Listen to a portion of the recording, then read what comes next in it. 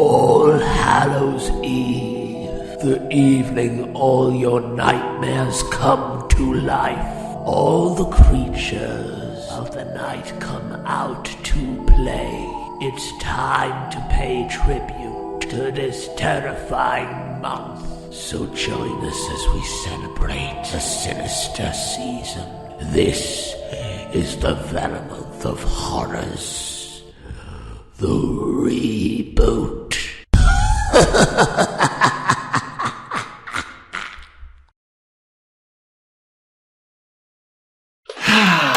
Wow. No one ever rings me. Hello? Hi, is this Rob from Cinematic Venom? Yeah, who's this? Where are my manners? I'm Lolie Mundy. I'm a subscriber of yours. Oh, hey! I'm also a subscriber of Cinematic Excrement. Oh, hey. You okay? Well, not really. What's up?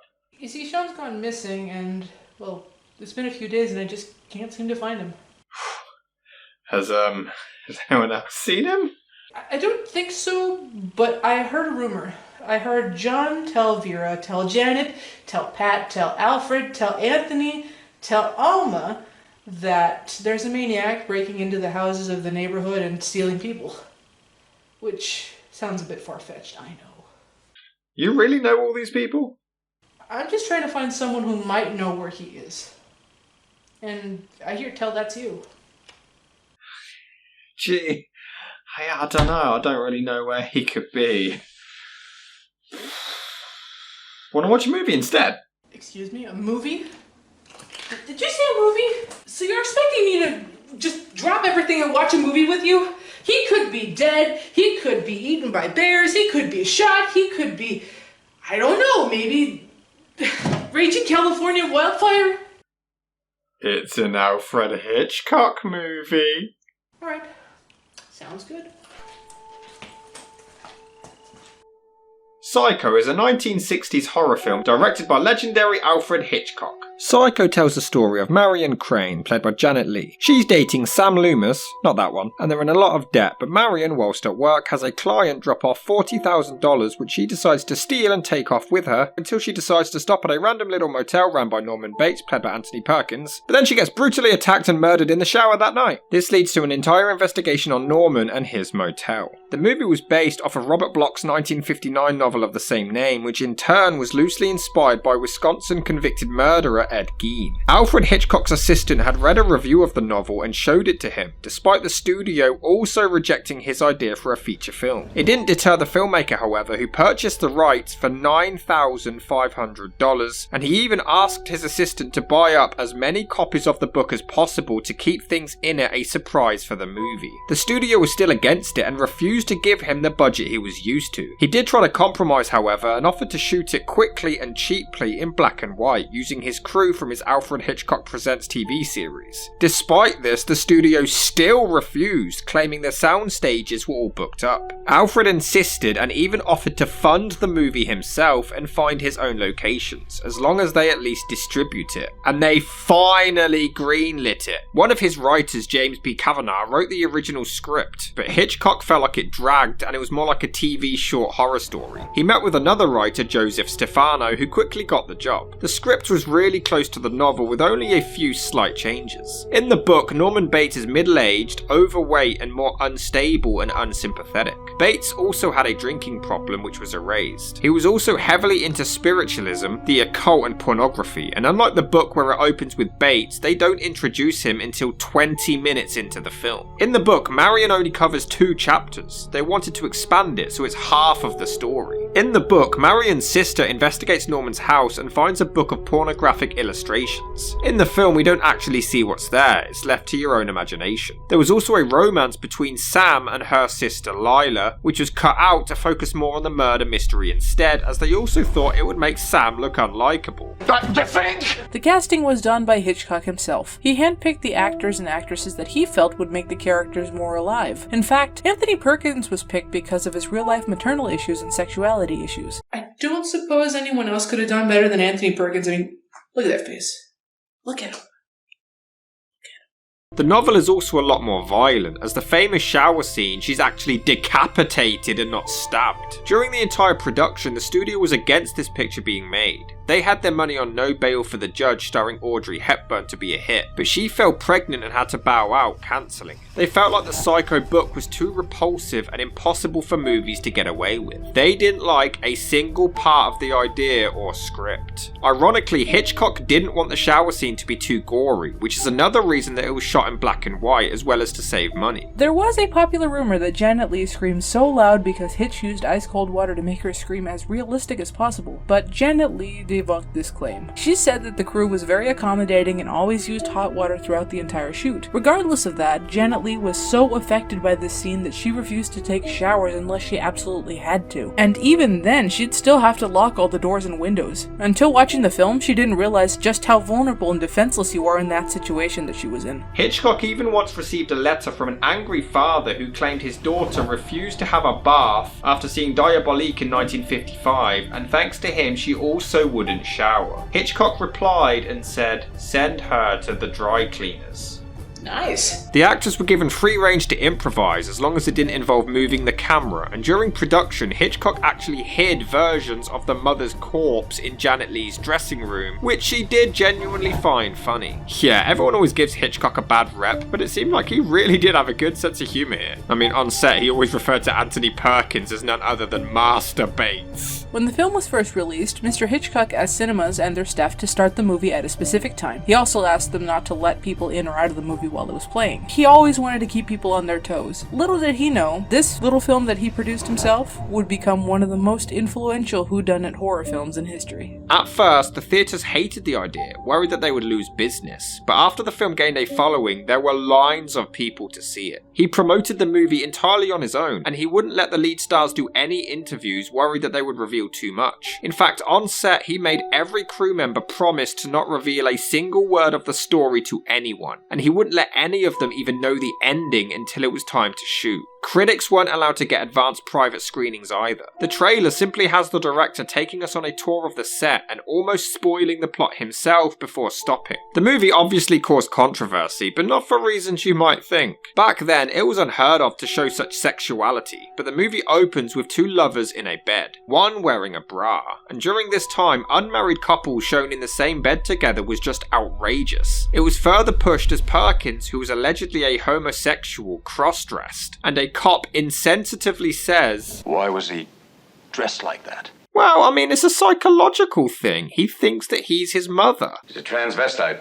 All that. And this will sound strange, but Marion is shown flushing a toilet at one point, and this was a big deal. This was the first mainstream film to have ever shown a flushing toilet before, and this was actually really ballsy for its time. But strangely, Hitchcock himself was actually unhappy with the film. He even hated the shower scene and thought the movie would bomb. It was to the point he wanted to edit it down for his TV show, but it wasn't until the music was added that he realised it would work. He admitted much of the film's tension is the score, which he was so happy with he actually increased composer Bernard Herrmann's salary. British critic C.A. Lejeune was actually so offended that she not only walked out before the end of the movie, but she even permanently resigned as film critic for The Observer. Some people need to get laid. Some called it a blot on Hitchcock's honourable career. Others called it a gimmicky movie. Some said it was one of his TV shows just padded out to 2 hours. But on the other side, most called it the best performance of Perkins' career and claimed that Janet Leigh had never been better. Others calling it the first American movie since Touch of Evil to stand in the same creative rank as the great European films. Others said it would inspire other directors to just show more gore, and some critics bitched that it was impossible to get tickets, so they had to rush their reviews out. So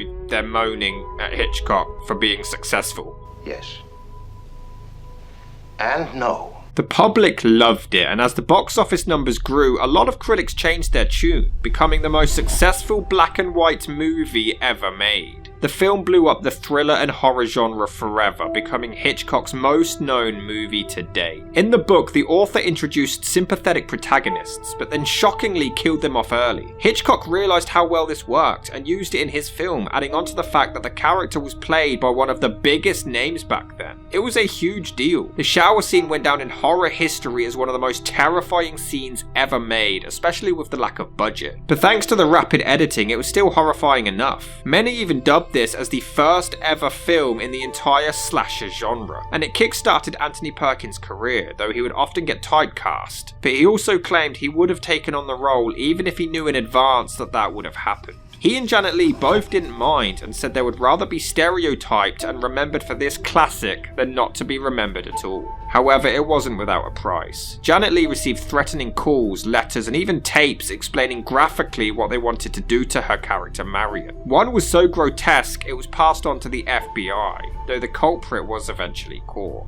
The Psycho theme is one of the greatest ever composed. It's just amazing and gets you pumped instantly. As much as I love it though, it works here because she's worried that the cop is following her. It serves its purpose to build suspense and tension to add to the paranoia. But 3 minutes earlier, all she's doing is just driving normally and it's playing anyway. Why? She's just driving! So we start the film right after Marion and her boyfriend had it off with each other. Since Sam is a cheater pumpkin eater, they meet in secret. When I send my ex-wife for alimony, you can lick the stamps. I'll lick the stamps.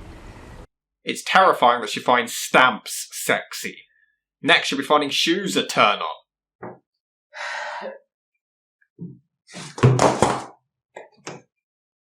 I wasn't doing anything.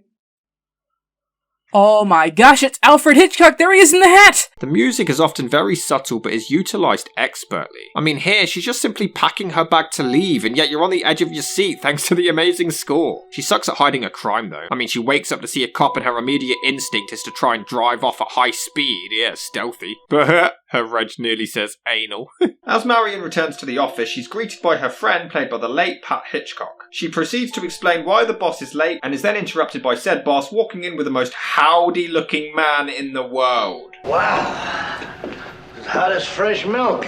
He proceeds to chat up Marion and drops the bomb that he has. I'm buying this house for my baby's wedding present. And something about that causes Marion to become randomly interested. So Marion then goes to the bank. I guess I'll go put this money in the bank. But actually goes home and changes underpants. Alfred Hitchcock decided that this here would be used as a form of symbolism. He wanted to symbolize the good girl going bad. He definitely was thinking with this Hitchcock. And I get why the cop followed her, but hey, she sucks at hiding a crime, and he sucks at hiding the fact that he's following her. Jeez, he just stands and stares. How much more obvious could you get? And she's followed all the way to Bakersfield. She's going to be in some kind of hell. Definitely. Especially if she's going out of her way to get to Bakersfield. Oof. Is there something wrong with Bakersfield? Yeah, I think it's better if we skip over the topic of Bakersfield, even though I'm the one that brought it up, because it is a bit touchy, so let's just move along and see what we can... Just a second, Rob. I have another call. Hello? Good afternoon, miss. Are you an associate of Mr. Head? Yeah, my name's Lolie Mundy. I'm a friend of his. How can I help you? Oh, well, actually, I'm here to help you. I'm Detective Persons, and I've been instructed to speak to the last person that Mr. Head saw before he disappeared. Really? Just a second, okay? Hey, Rob, so there's a detective on the other line says he knows where Sean went, so I'm just gonna go ahead and talk to him for a while, see what happens, so, fingers crossed. Oh, shit. I hope he finds him.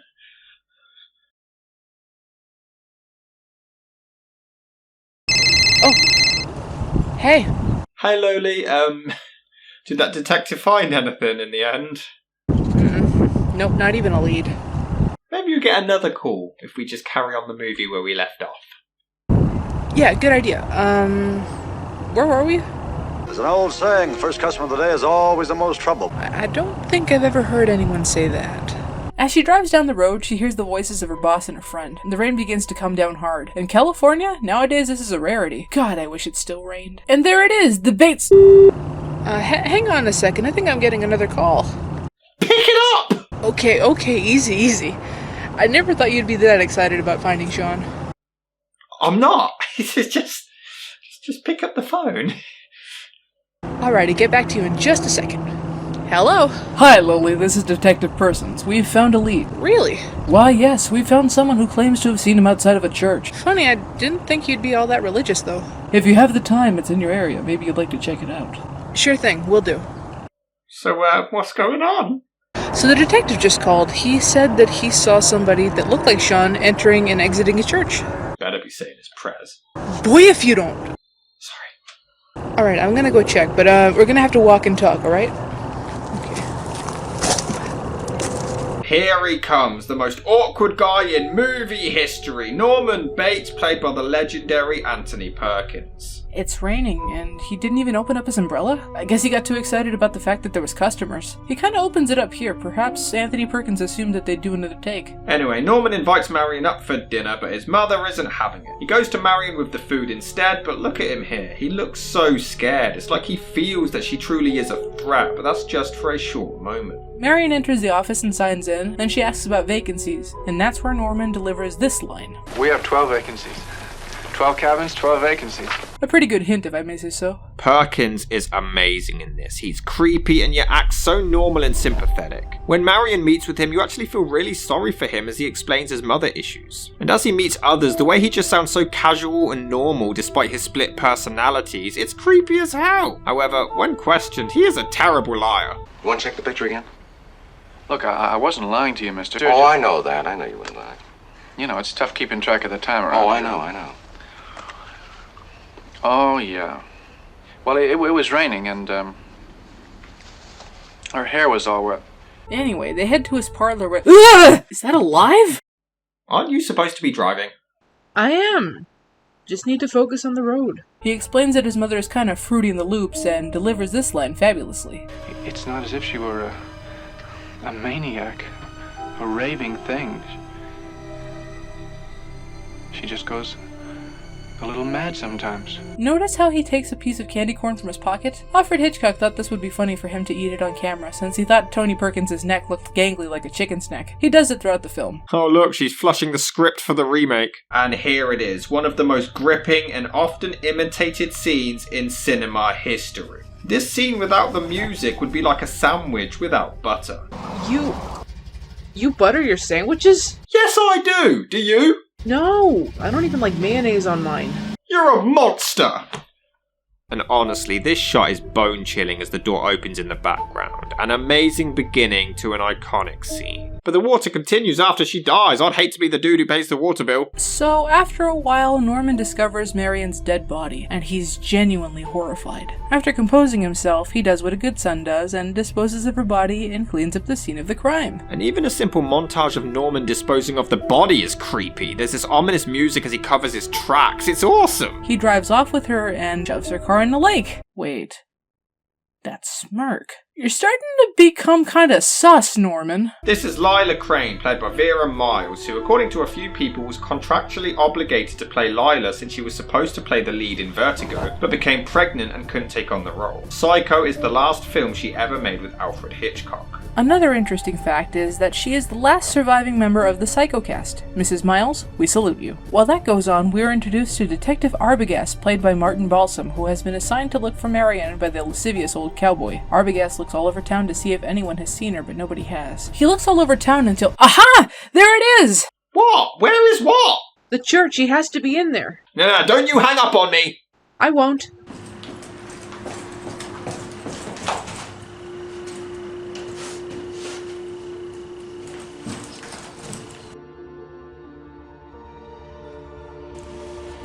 Oh my god. It's worse than I thought. What? The culprit likes candy corn. Oh. Oh, and he left a note. Hold on. Read it! The maniac is still at large. Your sources' clues are sketchy. If you want to find him, go to the dock. Here are the coordinates. Yours in B. Weird. What are you doing? Sorry, I was just leaving. Excuse me.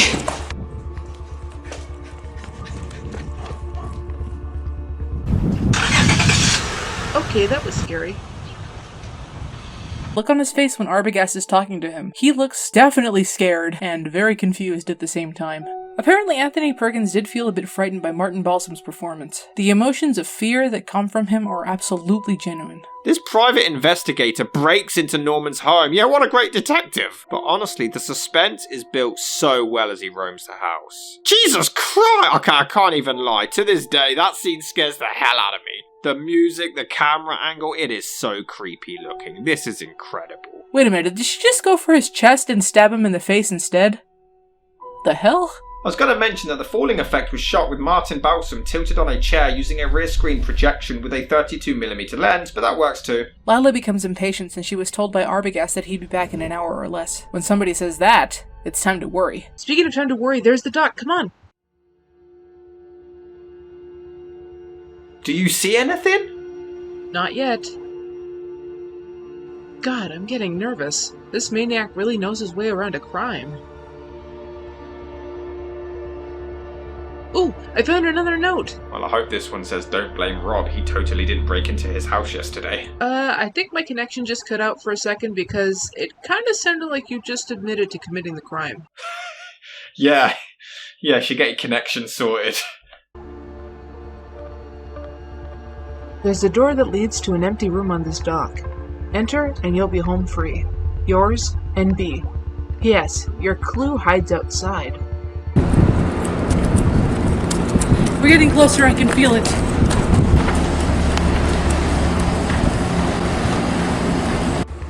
Oh. A key? Might come in handy. What in the... Whoa! Whoa! Ah! Man, my keys were in there. Yeah, I think I'm gonna have to see the medic later. Come on, pick up! Hey, Rob. What happened? I'm not really sure. You just hung up. I just assumed you fell into the sea. I didn't fall into the sea. I fell. I've got to come clean to you about something. Let me show you. Oh my god, it's worse than I thought. You're a character from some kind of game. I am. When the note said home free, I didn't think it was being literal. That explains why you're so weird, but never mind that now. What is that place behind you? It looks like the Bates Motel. Maybe he's in one of the cabins. Maybe this key I found will help me find him. This guy's a massive asshole, though. Since Marion and the investigator have both vanished, they contact this guy for help, but he dismisses absolutely everything. Norman Bates's mother has been dead and buried in Green Lawn Cemetery for the past 10 years. And I didn't mention this before calling Norman because I'm an asshole. Seriously, Norman didn't have the time to randomly tell him that on the phone. And why would he anyway? If the woman up there is Mrs. Bates, who's that woman buried out in Green Lawn Cemetery?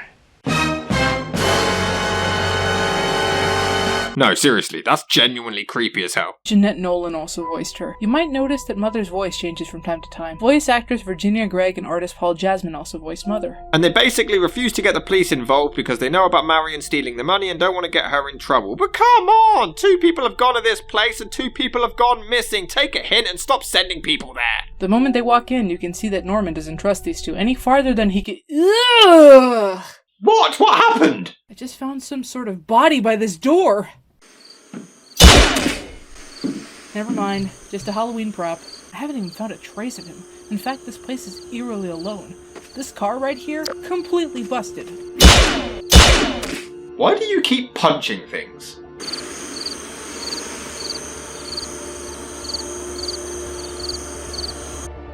Be careful in there. Doesn't look clean. Oh, I will. Norman! Coast is clear. I'm in. I'll show you the room then. First time I've ever seen it happen.